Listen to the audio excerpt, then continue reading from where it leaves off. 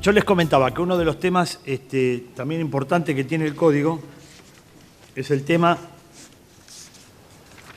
de que lo mantiene, que es el tema de la seña. Llamada ahora señal. No sé por qué señal. Hubiéramos dejado seña, ¿no? Eligieron el tema que menos se usa, porque yo en 30 años en mi vida ni le dije ni escuché que se diga la señal. Sin embargo, el código pone señal. Y lo trata en el artículo 1059. En el artículo 1059. Bueno, que no hay diferencia la seña o señal como estaba tratada, como la trataba Vélez y la reforma obviamente, y como lo trata el código actual. No hay diferencia. Pero vamos a leerlo para ver lo que dice. Fíjense. La entrega de señal o arras se interpreta como confirmatoria del acto. Esto sí es un cambio, porque ustedes se acuerdan que estudiábamos en la facultad la seña penitencial, la seña confirmatoria. Bueno, ahora se terminó. La seña es confirmatoria. Esto se toma del Código Civil, del Código de Comercio y se aplica en el Código Civil. Entonces quiere decir que la seña hoy en día es confirmatoria. No existe la seña penitencial. Entonces, la entrega de señal o arras se interpreta como confirmatoria del acto, excepto que las partes convengan la facultad de arrepentirse. Quiere decir que, a ver, esto es lo que yo les comentaba antes que me parece importante de los contratos, ¿no? Las partes pueden regular inclusive la posibilidad de arrepentimiento, cosa que es sumamente importante.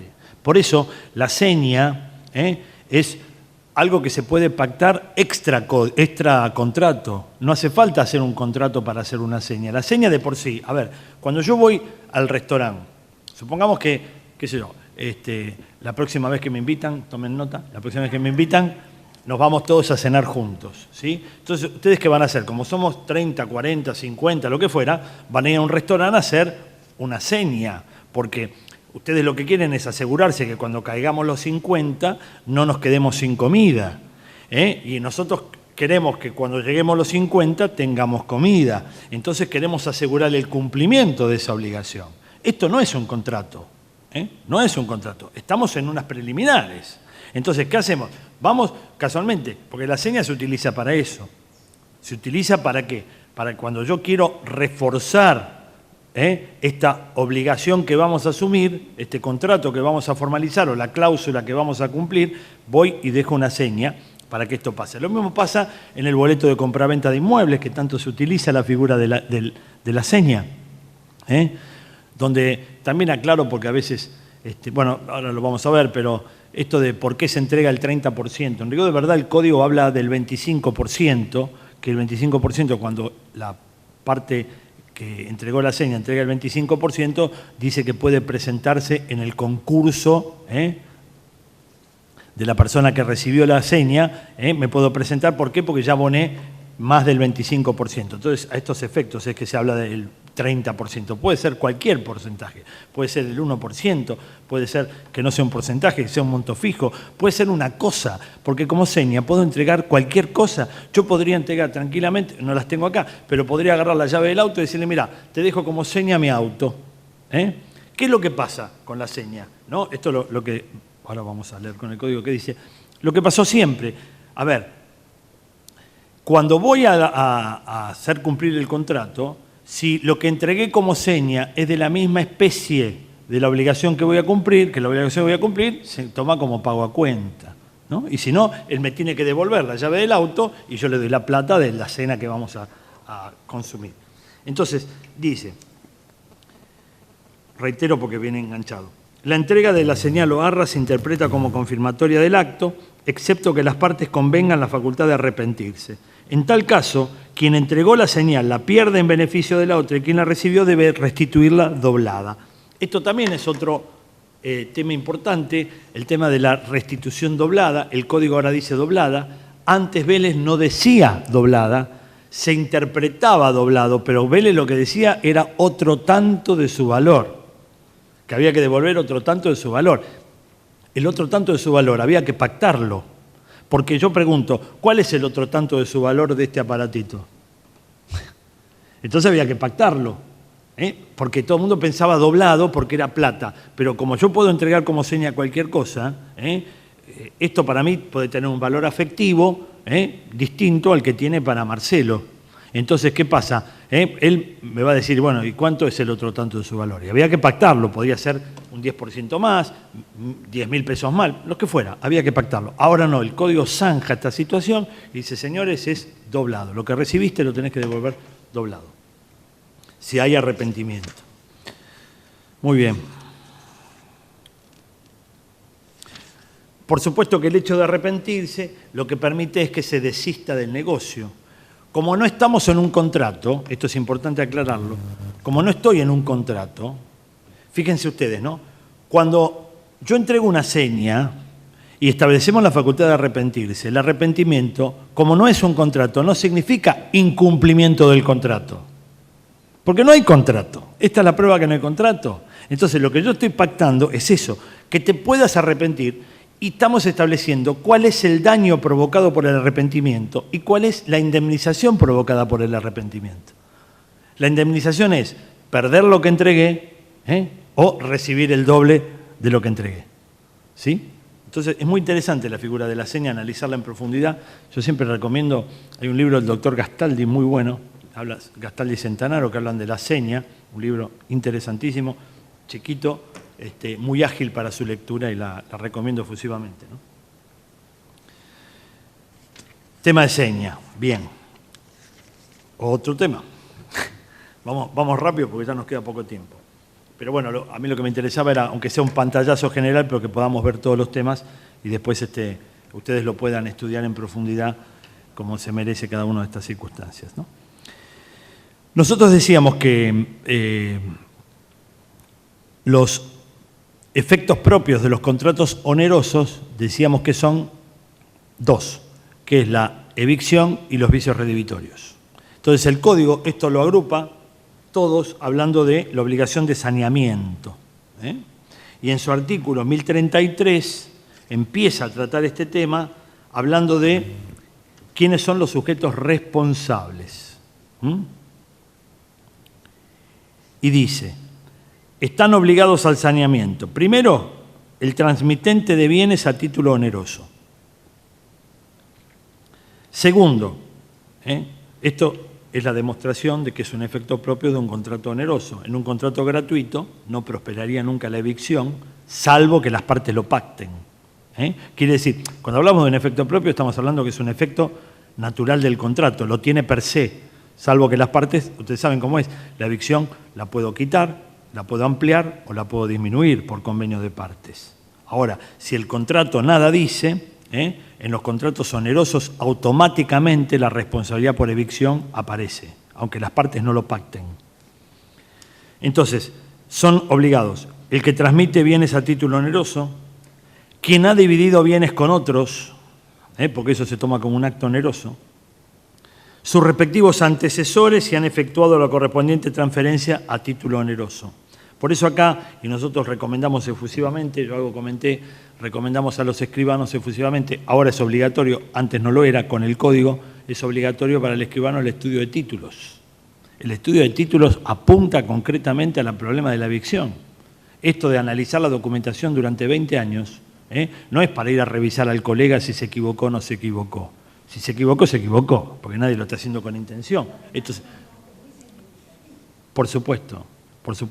Entonces, ¿qué pasa? Para evitar esta turbación de derecho que puede generar la evicción con una sentencia desfavorable, como generalmente ocurre, por suerte hay muy pocos casos de evicción, por suerte, y esto hay que decirlo con todas las letras, se debe al sistema notarial que existe en nuestro país, es un sistema, perdón, no, yo no lo digo por ser escribano, lo digo porque estoy convencido de esto, porque antes de ser escribano soy abogado y así lo interpreto también, digo que tenemos un sistema notarial realmente muy preparado, muy idóneo, sobre todo para este tipo de temas. Entonces nosotros, con el manejo que tenemos de la cuestión de evicción respecto de los estudios de títulos, que se hacen cada vez más, evitamos que haya mucho problema. Y esto obviamente hay que sumarle también el tema de la publicidad registral, que también influye, tiene su ventaja, ¿no? Hay que decir las cosas como son. Vamos, como yo por lo menos las pienso. El 1034... Antes que me olvide, ustedes saben que en el juicio por evicción lo que va a pasar es que la persona que está siendo demandada por evicción cita en garantía inmediatamente al antecesor, que es el que va a tener que defenderlo. Ahora, no hay que olvidarse que la persona que está citada en garantía, la persona que es demandada por evicción, que es el que tiene la cosa, el que tiene la posesión de la cosa, ¿cómo se defiende? Lo primero que tiene que demostrar, fíjense, de vuelta volvemos a la debida diligencia, tiene que demostrar dos cosas. Una, que es a título oneroso la adquisición que él hizo, y la segunda, que es de buena fe. Porque si él conocía el problema de evicción, se le cae el tema de poder citar la citación en garantía, se cae automáticamente. ¿Qué dice el 1034? Dice, garantías comprendidas en la obligación de saneamiento. El obligado al saneamiento garantiza por evicción y por vicios ocultos conforme a lo dispuesto en esta sección sin perjuicio de las normas especiales. Acá incluye también el tema de los vicios redivitorios. Incluye el tema de los vicios redivitorios. La adquisición a título gratuito, 1035. El adquirente a título gratuito puede ejercer en su provecho las acciones de responsabilidad por saneamiento correspondientes a sus antecesores. O sea, que en el caso que las partes lo pacten, como decíamos antes, en el contrato gratuito también es procedente la obligación por saneamiento. Pero tiene que estar pactado y puede ser ejercido en beneficio de la persona que está siendo perjudicada. 1036, disponibilidad. La responsabilidad por saneamiento existe aunque no haya sido estipulada por las partes. Esto que yo le decía que es un efecto natural de los contratos. Estas pueden aumentarla, disminuirla o suprimirla sin perjuicio de lo dispuesto en el artículo siguiente que ahora vamos a ver. Pero esta facultad de aumentar, disminuir o suprimirla es muy importante porque reitero que esto está en todos los contratos onerosos. Entonces, a veces la gente no tiene en cuenta el tema de evicción porque no lo maneja y no se dan cuenta. Uno de los perjuicios que trae, por ejemplo, mentir en los montos de las operaciones inmobiliarias o lo que fuera. Que esto, además de que puede haber una simulación y toda esta historia, si mañana tenés un problema de evicción vas a reclamar por lo que dice la escritura. Si vos mentiste en el monto de la escritura. Y les aseguro que hay gente que nos miente a nosotros. O sea, como escribanos no nos dicen la verdad. ¿Por qué? Porque tampoco quieren que nosotros lo sepamos. Entonces uno les explica, mirá, ten en cuenta que si mañana hay un problema vas a reclamar lo que dice la escritura, no vas a reclamar lo que estás poniendo en serio, ¿no? Esto a veces hay que tenerlo. Pero como por suerte no hay grandes problemas por evicción, entonces... Interpretación, 1037. Interpretación de la supresión y de la disminución de la responsabilidad por saneamiento. Las cláusulas de supresión y disminución de la responsabilidad por saneamiento son de interpretación restrictiva. Bien estricto en el tema, no existe ninguna otra posibilidad. Ahora, respecto al tema de en qué casos se tiene por no convenida la evicción. Artículo 1038 dice, la supresión y disminución de la responsabilidad por saneamiento se tiene por no convenida en los siguientes casos. Primero, si el enajenante, lo que decíamos antes, si hay mala fe, si el enajenante conoció o debió conocer el peligro de evicción o la existencia de vicios. El caso del arquitecto que compra una casa. El arquitecto más que ninguno tiene que ir a mirar los vicios, porque ¿qué va a reclamar? Después vicios el arquitecto cuando compra una casa. Uno le va a decir, como juez le va a decir, pero escúchame, vos no te diste cuenta, el mecánico que va a comprar un auto, ¿no? Cuando uno va a comprar un auto que lleva a un mecánico, ¿para qué lleva al mecánico? ¿Para que vea el auto casualmente cómo está? ¿Para qué llevo al arquitecto? ¿Para que vea el departamento cómo está? O la casa cómo está, para si la voy a comprar casualmente, para que no tenga ningún vicio oculto. Segundo, si el enajenante actúa profesionalmente en la actividad a la que corresponde la enajenación, a menos que el adquirente también se desempeñe profesionalmente en esa actividad. Entonces, un escribano que le vende una propiedad al otro escribano, mañana no van a poder reclamarse evicción ninguno. El que compró no le va a poder reclamar al que vendió porque vos tenés que saber cómo opera esta cuestión y vas a tener que tener los resguardos del caso. Yo les quiero aclarar de paso, digo esto porque a veces pasa en el tema que yo les comentaba antes del estudio de títulos. Los estudios de títulos no se hacen analizando las registraciones.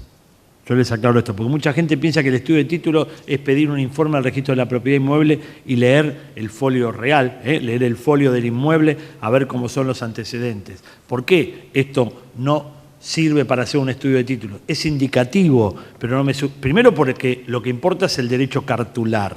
Es decir, acá lo que tiene importancia es el título de propiedad, que es lo que lo hace dueño, el título y el modo. La publicidad, recordemos que es al mero efecto de la oponibilidad erga omnes, y la inscripción es declarativa y no sanea ni perfecciona el título. Entonces, cuidado, como siempre digo yo, a ver, digo una frase que parece un juego de palabras, pero me parece que es muy clara. A ver, yo inscribo porque soy dueño, no soy dueño porque inscribo. Cuidado con esto, ¿no? Entonces, digo porque mañana se presenta una persona sin aportar el título de propiedad y aporta simplemente un informe del registro de la propiedad inmueble, con eso no acredita titularidad, tiene que tener el título a la vista, ¿no? A nosotros nos lo pide, por ejemplo, la ley 17.801, la ley registral nos pide que no podemos autorizar ninguna escritura de constitución, transmisión o modificación de derechos reales si no tenemos el título de propiedad a la vista. Responsabilidad por saneamiento, artículo 1039. El acreedor de la obligación de saneamiento tiene derecho a optar entre o reclamar el saneamiento del título o la subsanación de los vicios, o reclamar un bien equivalente si es fungible, o declarar la resolución del contrato, excepto en los casos previstos en los artículos 1050 y 1057 que nosotros ya vimos. Pero básicamente responde al tema de qué pasa cuando yo voy a comprar una lapicera, ¿no? Voy a comprar una lapicera y no funciona. También hay que tener en cuenta en el tema de los vicios, algo que me parece importante recalcar, es que la causa también juega un papel muy importante en los vicios. Miren por qué. A ver, el que compra una lapicera la puede comprar por distintos motivos. Entonces yo puedo comprar una lapicera para escribir, que naturalmente es para eso, o puedo comprar una lapicera porque le quiero sacar una foto y hacer una muestra fotográfica. Entonces, el que compra la lapicera para escribir, lo que le importa es que la lapicera funcione. Pero el que compra la lapicera para la foto, no le importa que la lapicera funcione o no funcione. ¿Ven cómo la causa también juega un papel preponderante en el tema de los vicios redivitorios? Entonces, el que reclama porque la lapicera no funciona, va a tener que demostrar que la compró para escribir. O naturalmente, en este caso, la lapicera sirve para escribir. No sé si es claro lo que estoy tratando de explicar. Responsabilidad por daños, artículo 1040. El acreedor de la obligación de saneamiento también tiene derecho a la reparación de los daños en los casos previstos en el artículo 1039, excepto si el adquirente conoció o pudo conocer el peligro de la evicción o la existencia de vicios, si el enajenante no conoció ni pudo conocer el peligro de la evicción o la existencia de vicios, si la transmisión fue hecha a riesgo del adquirente o si la adquisición resulta de una subasta judicial o administrativa. Este es otro tema que también traía inconvenientes, ¿no? El tema de la subasta judicial, si la subasta judicial saneaba o no saneaba los problemas de evicción, ¿no?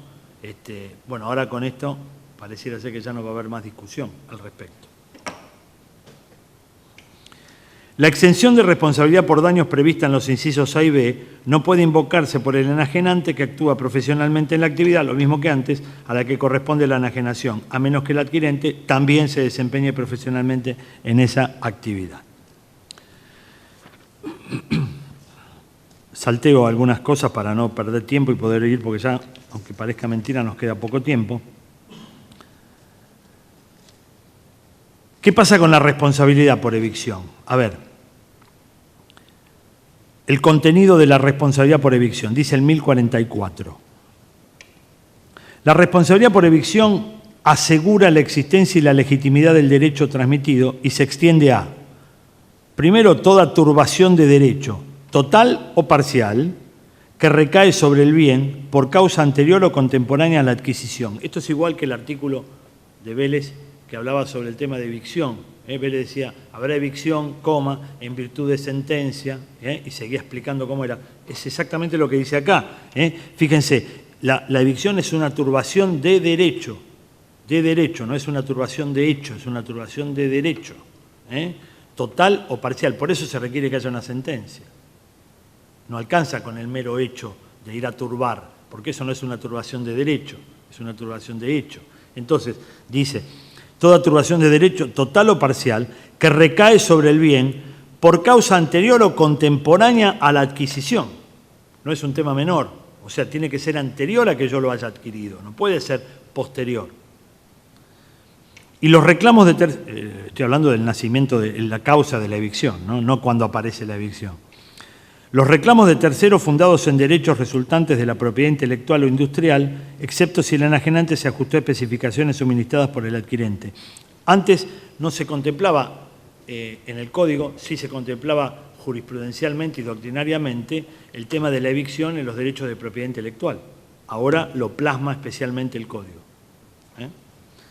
Y C, las turbaciones de hecho causadas por el transmitente. Ahí sí, cuando el transmitente me causa turbaciones de hecho, ahí también puedo ir a reclamar para que cese en sus turbaciones.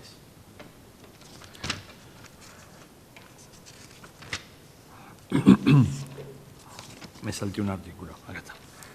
Exclusiones, ¿quiénes quedan excluidos? La responsabilidad por evicción no comprende las turbaciones de hecho causadas por terceros ajenos al transmitente, porque dijimos que el transmitente si causa turbaciones sí, las turbaciones de derecho provenientes de una disposición legal y la evicción resultante de un derecho de origen anterior a la transferencia y consolidado posteriormente. Sin embargo, el tribunal puede apartarse de esta disposición si hay un desequilibrio económico desproporcionado. Le da la facultad al juez a poder hacer un equilibrio cuando está desproporcionada la cuestión. Esperen que quiero que veamos las cosas que me importan, por eso voy salteando algunas cositas. La citación por evicción, artículo 1046. Si un tercero demanda al adquirente en un proceso del que pueda resultar la evicción de la cosa, el garante citado a juicio debe comparecer en los términos de la ley de procedimientos. El adquirente puede seguir actuando en el proceso. O sea, cito por evicción al enajenante, pero puedo seguir actuando en el proceso. Antes era como que estaba en duda si podía o no podía seguir actuando en el proceso. Esto es importante, que también se manejaba jurisprudencialmente, pero el Código no decía nada. El tema de los gastos de la defensa, quién los paga, en el artículo 1047, y esto por eso me parece interesante para ustedes. El garante debe pagar al adquirente los gastos que éste ha afrontado para la defensa de sus derechos. Claro, porque yo me veo inmerso en una problemática por culpa tuya, no es que yo lo generé.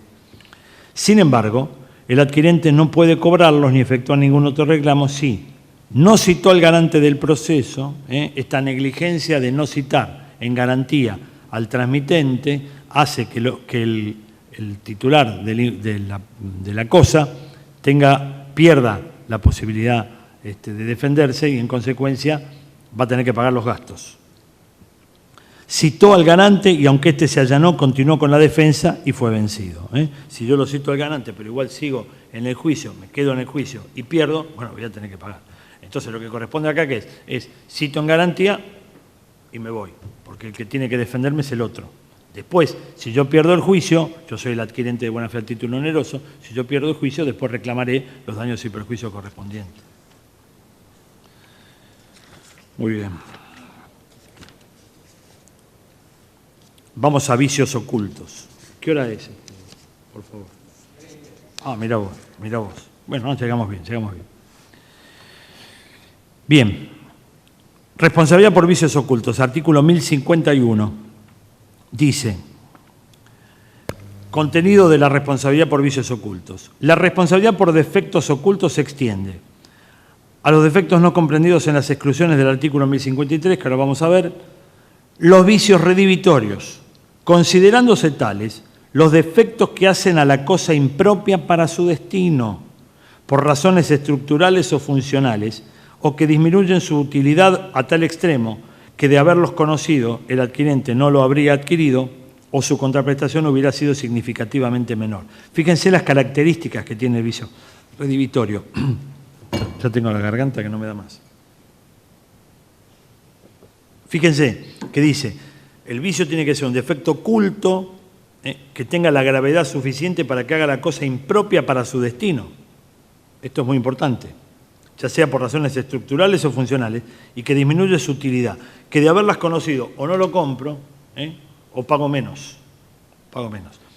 Yo le cuento a la gente, bueno, y a ustedes les pasará acá lo mismo, yo siempre les pongo como ejemplo a los chicos en la facultad y les digo, ¿qué pasa cuando voy y le compro a un mantero en la calle?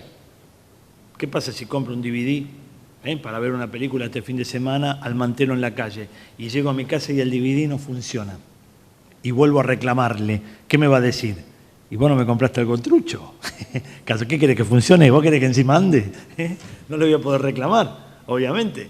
Entonces me miran, ¿no? Y digo, cuidado, porque esto en un DVD no pasa nada. Pero mira el que va a comprar repuestos de automotores porque le sale más barato en lugares donde no le dan factura. Y después va, coloca el repuesto y no le funciona, como muchos pasa. Y te gastaste, en vez de 10.000, te gastaste 5.000 pesos, pero no funciona. ¿Y a quién le vas a reclamar? Entonces, por eso, cada uno tiene que ser responsable de sus actos en la contratación. Es el tema de la prevención. Tengo que estar yo prevenido. ¿Cuáles son las responsabilidades que me implica contratar bien o contratar mal? No, le decía que acá se ve claramente la importancia de la causa, sí, de que los contratos sean causados, porque exponiendo en el contrato para el destino, para qué estoy contratando, por qué estoy comprando cierta cosa, o estoy alquilando, por ejemplo, una oficina, o si va a ser para la venta de automotor, los vicios ocultos que hagan al destino, de que el destino de la cosa no sea útil para lo que yo he contratado, es importantísimo a la hora de evaluar la responsabilidad y en la cuestión de la evicción. Totalmente de acuerdo, totalmente de acuerdo. Volvemos a lo que decíamos antes de la causa. Es fundamental. La causa no hay que dejarla nunca de lado. Es lo mismo, salvando la distancia, lo mismo que la importancia que tiene para ustedes fundar la sentencia. Es en la misma circunstancia, una sentencia que no tiene fundamento, y es endeble, y se cae, y cuando la apelan se cae automáticamente. Bueno, salvando las distancias, estructuralmente en el contrato, los pilares, el consentimiento, el objeto y la causa, hoy de objeto no hablamos porque me pareció que era, no vamos a hablar del objeto lícito, posible, todo esto porque era repetir algo que ya conocemos y no quería perder tiempo en esto. Por eso quiero que quede aclarado que las cosas que no vimos son exprofesamente dejadas afuera para no perder tiempo en esas cosas que me resultan más sencillas. Pero coincido plenamente, doctora, sí. Bien, 1052 habla de la ampliación convencional, es decir, las partes pueden establecer que, dice, se considera que un defecto es vicio redivitorio si lo estipulan las partes con referencia a ciertos defectos específicos, aunque el adquirente debiera haberlos conocido. Yo puedo, si yo estoy comprando algo, por ejemplo, estoy comprando un coche de carrera para correr carrera, lo importante es que yo pueda correr la carrera con el auto. Si el auto no sirve para correr la carrera, tiene un vicio redivitorio. Un vicio redivitorio, un vicio oculto. ¿Me explico? Es decir, aunque el auto naturalmente, para otras circunstancias, en un auto de paseo, esto no sería un vicio oculto, para un auto de carrera sí. Entonces yo establezco en el contrato y digo, mirá, que si se funde el motor cuando yo la primera la tiro hasta 100 kilómetros, eso para nosotros es un vicio redivitorio. Lo estamos pactando nosotros, aunque naturalmente no lo sea para la cosa, ¿sí? Segundo, si el enajenante garantiza la inexistencia de defectos, esto de que vendo, llévese esto que anda perfecto, es único en el mundo, lo va a poder usar sin inconvenientes, cuidado, estoy garantizando la cuestión, ¿no? O cierta calidad de la cosa transmitida, esto es importado, es buenísimo, aunque el adquirente debiera haber conocido el defecto o la falta de calidad. Tercero, si el que interviene en la fabricación o en la comercialización de la cosa otorga garantías especiales. Cuando voy a comprar el electrodoméstico, a la casa de electrodoméstico, me dicen tiene una garantía por 6 meses. Le ofrecemos una garantía nosotros por 6 meses del producto que usted está llevando, de la heladera que está llevando. Esto es la garantía especial que me están dando.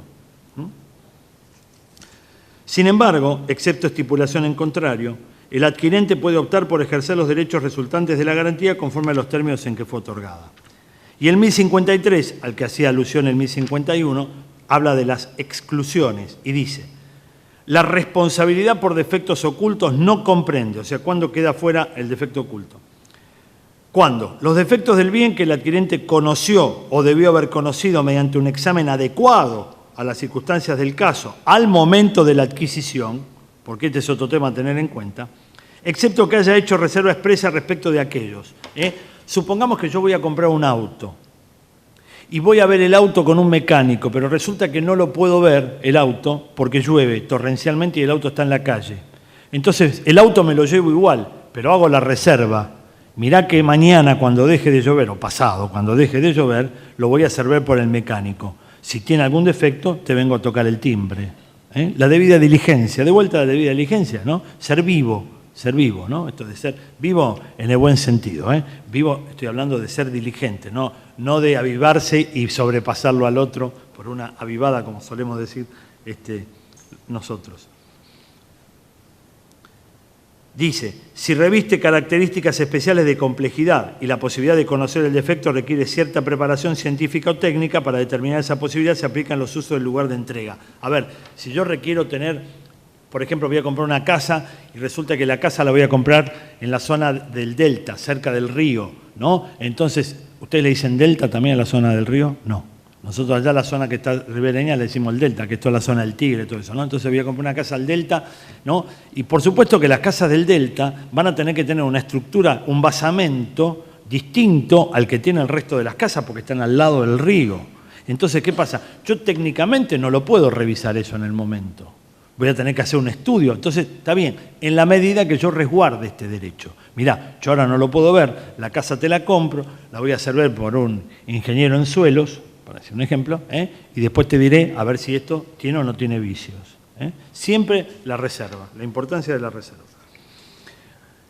Tampoco comprende cuando los defectos del bien, que no existían al tiempo de la adquisición, entonces la prueba de su existencia incumbe al adquirente, excepto si el transmitente actúa profesionalmente en la actividad a la que corresponde la transmisión. Entonces, si el defecto existe al momento de la adquisición y yo lo detecto, obviamente que ahí no puedo alegar los vicios redivitorios, de ninguna manera.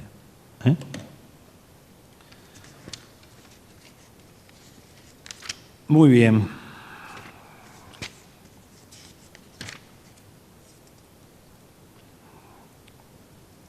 ¿Cuándo caduca la garantía por defectos ocultos? Artículo 1055. Dice, la responsabilidad por defectos ocultos caduca. A. Si la cosa es inmueble, cuando transcurren 3 años desde que la recibió. La construcción. El constructor hace la obra, me la entrega, tengo 3 años para los vicios ocultos. Desde que la cosa aparece, ¿no? Obviamente, desde que el vicio oculto se manifiesta. B. ¿Cómo? Desde que la recibió. Desde que la recibió, no desde que la compró, desde que la recibió. Claro, perdón, no, digo la aclaración, sí, yo dije desde que la aparece, es desde que la recibió, tampoco, porque puedo haberla comprado y recibido 3 años después, ¿no? B, si la cosa es mueble, cuando transcurren 6 meses desde que la recibió o puso en funcionamiento. Esto es importante de puso en funcionamiento, ¿no? Porque yo compro el televisor, me compro 3 televisores para mi casa, estoy haciendo la obra, guardo los televisores, estoy 3 meses, 4 meses de obra, ahí instalo los televisores, no funcionan, es desde que la puse en funcionamiento. El tema es la prueba. El tema es la prueba. Yo tengo una amiga, muy amiga abogada, en Casa Herrero, Cuchillo de Palo. Fue a una de las grandes casas de electrodomésticos allá en Capital. Como ella se compró una casa quinta en un club de campo, que yo se lo escrituré, etcétera. Entonces se fue a comprar un televisor para llevar allá, se compró un plasma enorme, feliz de la vida, lo lleva allá, llama a la gente del cable para que le instale el cable, le instalan todo y dice, señora, este televisor no anda. ¿Cómo no anda el televisor? No, miren, lo estamos probando y está todo conectado, no anda. Entonces el chico, el técnico, empieza a mirar el televisor y le dice, mire señora, venga. Entonces la asoma por la parte de atrás del televisor, las ranuras que tiene el televisor para que respire. Yo no entiendo nada, estoy diciendo. Y estaba partida la pantalla, partida, tenía una rajadura que entraba un dedo así, porque ella le sacó foto, ¿no? Un dedo así. Fue a reclamar a la casa, sí, ¿qué necesita señora? Sí, ¿cómo no? Mire, usted lo tendría que haber probado. ¿Y cómo quiere que lo pruebe? Si acá no me lo dieron, pero a usted se lo mostraron. Acá dice que fue exhibido. Sí, bueno, pero exhibido no quiere decir que fue puesto en funcionamiento. Tuvo toda una discusión. Ustedes no saben el tiempo que le llevó. Defensa del consumidor, que bueno, terminó, hubo tanta carta de documento. Claro, a ella abogada no le costaba nada litigar, la siguió, le cambiaron el televisor, pero estuvo 6 meses y medio esperando que le cambien el televisor, siendo abogada y todo, y en sede extrajudicial. Imagínense, si esto hay que litigarlo, puede estar años. Estos plazos pueden ser aumentados convencionalmente. Esto es muy importante. Bueno, hasta aquí en realidad era un poco la idea de tratar hoy, como yo les dije, la parte especial quedará para otra oportunidad, que bueno, si me invitan vengo yo, si viene otro, lo importante es que lo puedan ver porque también tiene sus bemoles, todos los contratos son interesantes para analizar, sobre todo los contratos comerciales, leasing, factoring, hay un montón de contratos, el fideicomiso, bueno, contratos que son importantes a analizar porque hoy en día están muy de moda, uno está muy acostumbrado a los contratos típicos, pero los contratos bancarios, bueno, un montón de contratos que son muy interesantes a analizar, pero esta era un poco la idea. Yo no quiero terminar ni despedirme de ustedes sin decirles, si me permiten, se los digo con todo el respeto, que este código va a empezar a tener vida a partir de las sentencias que ustedes dicten. Son ustedes los responsables, los que van a marcar el rumbo. Esta es la responsabilidad que les cabe, es un poco marcar el rumbo de cuál va a ser la jurisprudencia respecto de esto. Entonces, obviamente, están puestas toda la confianza puesta en el Poder Judicial, porque va a ser el buque insignia que nos va a marcar, junto con la doctrina, cuál es la interpretación de todas estas cuestiones. Es más, obviamente que va a haber, fíjense, a nosotros nos pasa algo muy curioso.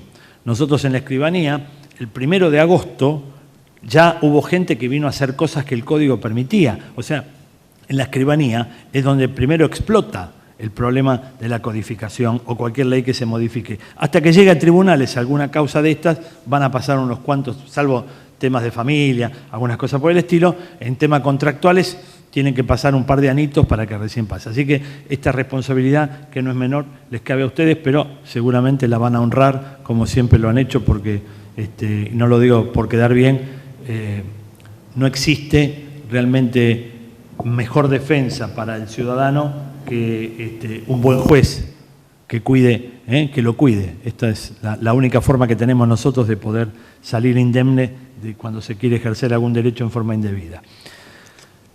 No me queda más que agradecerles. Para mí fue un placer estar aquí, realmente un honor y un placer, como dije al principio. Espero no haberlos aburrido, espero que les haya servido. Y bueno, nos veremos en cualquier oportunidad. Yo les voy a dejar mi mail al solo efecto de que si necesitan algo que les pueda ser útil, alguna idea, algún concepto, lo que quieran, estoy a entera disposición. Mi mail es muy sencillo, es escribaniacondoleo@gmail.com. Así que todo junto, escribaniacondoleo todo junto, @gmail.com. Lo que quieran, estoy a disposición. Así que nada más, que tengan buen fin de semana y de vuelta mis felicitaciones al centro, porque realmente me parece una tarea, lo realizan con mucha profesionalidad. Así que vaya mis felicitaciones.